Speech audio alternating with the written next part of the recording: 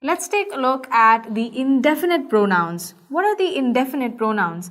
Now, we've looked at a lot of different types of pronouns already, but when you have a pronoun that's not specifically referring to a particular person or a thing, instead we're using it as a general form to refer to people or things in general and not to something specific, then we use the indefinite pronouns. So let's take a look at examples. We have words like anybody, everybody, everyone, several, some, few, many. When we use these as pronouns in a sentence, then we're not specifically referring to one particular person or thing, right? So in these cases, the pronouns that we have are indefinite pronouns. Let's take a look at a few examples. For the word few here, we have the example, few escaped the fire.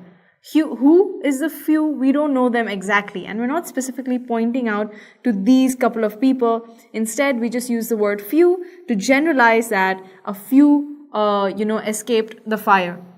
Another example we have here is using some. Some are born talented. We're not pointing out at a particular person with the word some. So it is also used as an indefinite pronoun.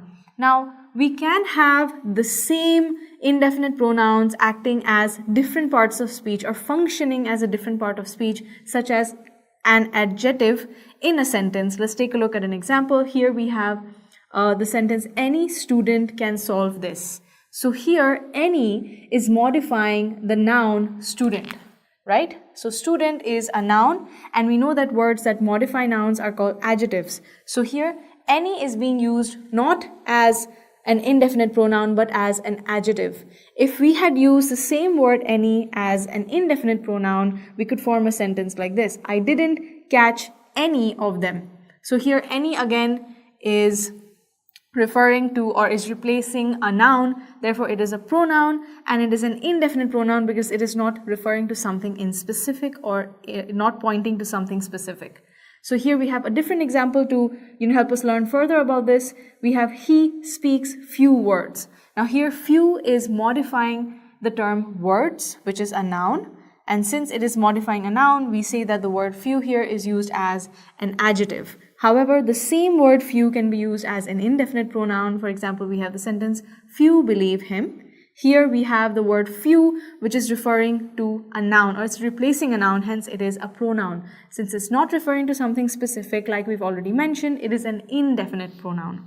Now, for everybody, nobody, somebody, etc., for all of these many different types of indefinite pronouns that we have to make sure that the pronoun that they refer to is agreeing in number and in terms of what they refer to in the sentence.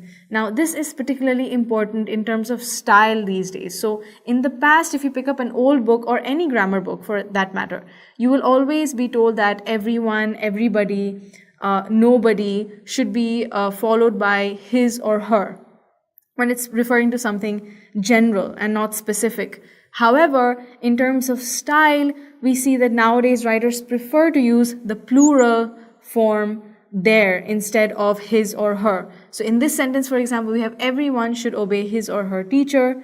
So we used to use, grammatically, his or her is the right way to go.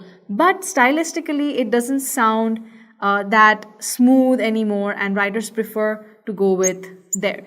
So based on grammar, you are more than welcome to put a his or a her, and I think that would be the right way to go for the time being. But later on, when you want to improve your writing stylistically, then you can go for plural. Just make sure that you remember all of the different rules that we have for using indefinite pronouns.